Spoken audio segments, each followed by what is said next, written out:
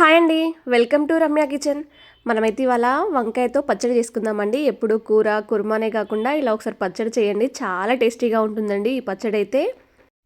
ఈ పచ్చడ అన్నంలోకే కాదండి, దోసలోకి, ఇడ్లీలోకి తిన్నా కూడా చాలా టేస్టీగా ఉంటుంది వంకాయ పచ్చడి అనేది.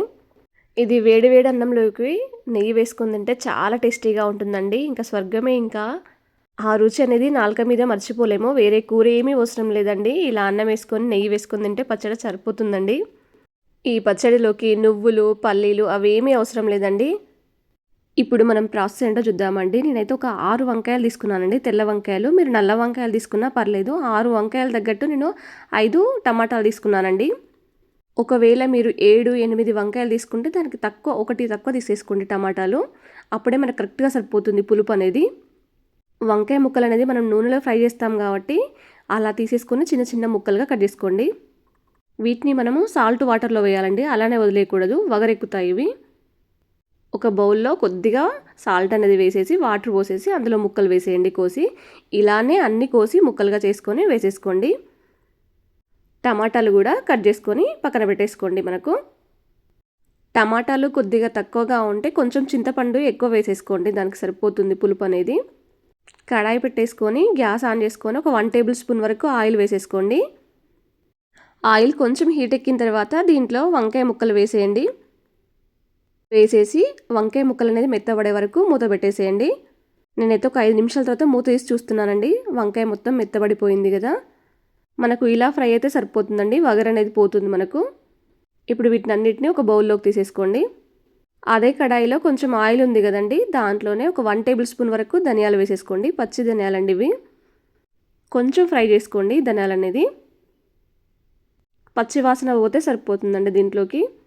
ఇప్పుడు దీంట్లోకి నేను ఒక 7-8 వరకు పచ్చిమిర్చి తీసుకున్నానండి. వాటిని కట్ చేసుకొని వేసేసుకుంటున్నాను దీంట్లోకి. ఇలా కట్ చేసుకోవడం వల్ల మనకు పైకి చిట్లకుండా ఉంటాయండి.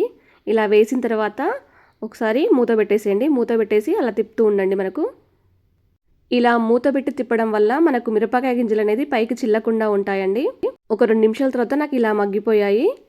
ఇంట్లోకి కొద్దిగా కొత్తిమీర అండి, కాడలతో సహా తీసేసుకోండి. పచ్చివాసన పోయే వరకు కూడా కొంచెం ఫ్రై చేసుకుంటూ ఉండండి మూత పెట్టకుండా. అలా గ్యాస్ అనేది సిమ్లో పెట్టేసుకొని కొంచెం ఫ్రై చేసుకోండి. మనకు హైలో పెడితే మాడిపోతాయి. ఈ కొత్తిమీర ఈ పచ్చళ్ళలోకి చాలా బాగుంటుందండి. ఇప్పుడు దీంట్లోకి మనం కట్ చేసి పెట్టేసుకున్నాం కదండి టమాటాలు, ఆ టమాటా ముక్కలన్నీ ఇందులోకి తీసేసుకొని అంతా ఒకసారి కలిపేసుకొని మూత పెట్టేసుకోండి. నేను మూత తీస్తున్నానండి. ఒక 2 నిమిషాల తర్వాత మూత తీసాను. టమాటా మొత్తం మెత్తబడిపోయిందండి. ఆల్మోస్ట్ అన్నీ కుక్ అయిపోయాయి నాకు.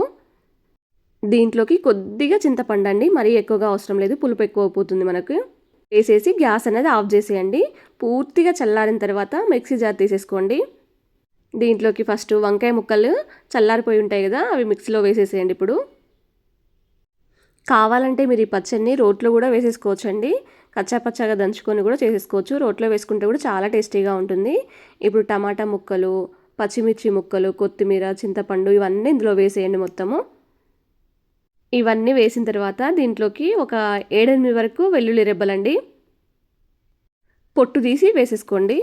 అలాగే రుచికి సరిపడినంత సాల్ట్ వేసేసుకోండి. నాకైతే ఒక 1 టేబుల్ స్పూన్ వరకు పట్టిందండి సాల్ట్ అయితే. మీకు రోట్లో వేసుకున్నట్టు కావాలంటే ఒకసారి తిప్పి వదిలిపెట్టండి, కచ్చాపచ్చగా వస్తాయి.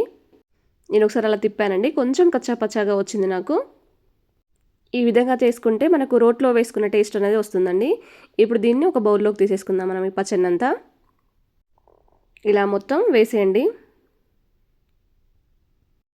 ఇప్పుడు గ్యాస్ ఆన్ చేసుకొని కడాయి పెట్టేసుకోండి చిన్నది, పోపు కోసం. మనం ఇప్పుడు దాంట్లోనే ఒక 2 టేబుల్ స్పూన్ల వరకు ఆయిల్ వేసేసుకోండి. పోపుకు అనేది ఎప్పుడైనా ఆయిల్ బాగా హీట్ కావాలండి, అప్పుడే పోపు బాగా వేగుతుంది.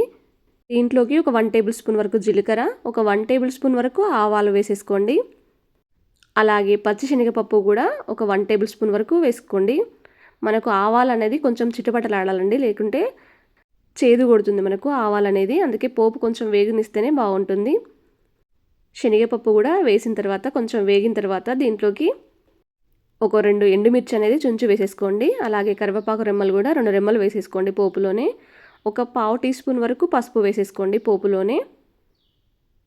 మీరు కావాలంటే దీంట్లో ఇంగువ కూడా వేసేసుకోవచ్చండి. పోపు అంతా వేగిన తర్వాత దీంట్లోకి తీసుకొచ్చి కలిపేసేయండి. పోపు అంతా బాగా కలిసేలా ఒకసారి కలిపేసుకోండి. అంతేనండి, ఎంతో టేస్టీగా ఉండే వంకాయ పచ్చడి అనేది తయారైపోయింది. మీకు ఈ వీడియో నచ్చిందా? మీ ఫ్రెండ్స్‌కి, రిలేషన్స్‌కి షేర్ చేయండి. ఒకవేళ మీరు ట్రై చేసేదుంటే ఎలా వచ్చిందో నాతో షేర్ చేసుకోవడం మాత్రం మర్చిపోకండి. మీరు ఫస్ట్ టైం చూసేదుంటే సబ్స్క్రైబ్ చేయడం మాత్రం మర్చిపోకండి.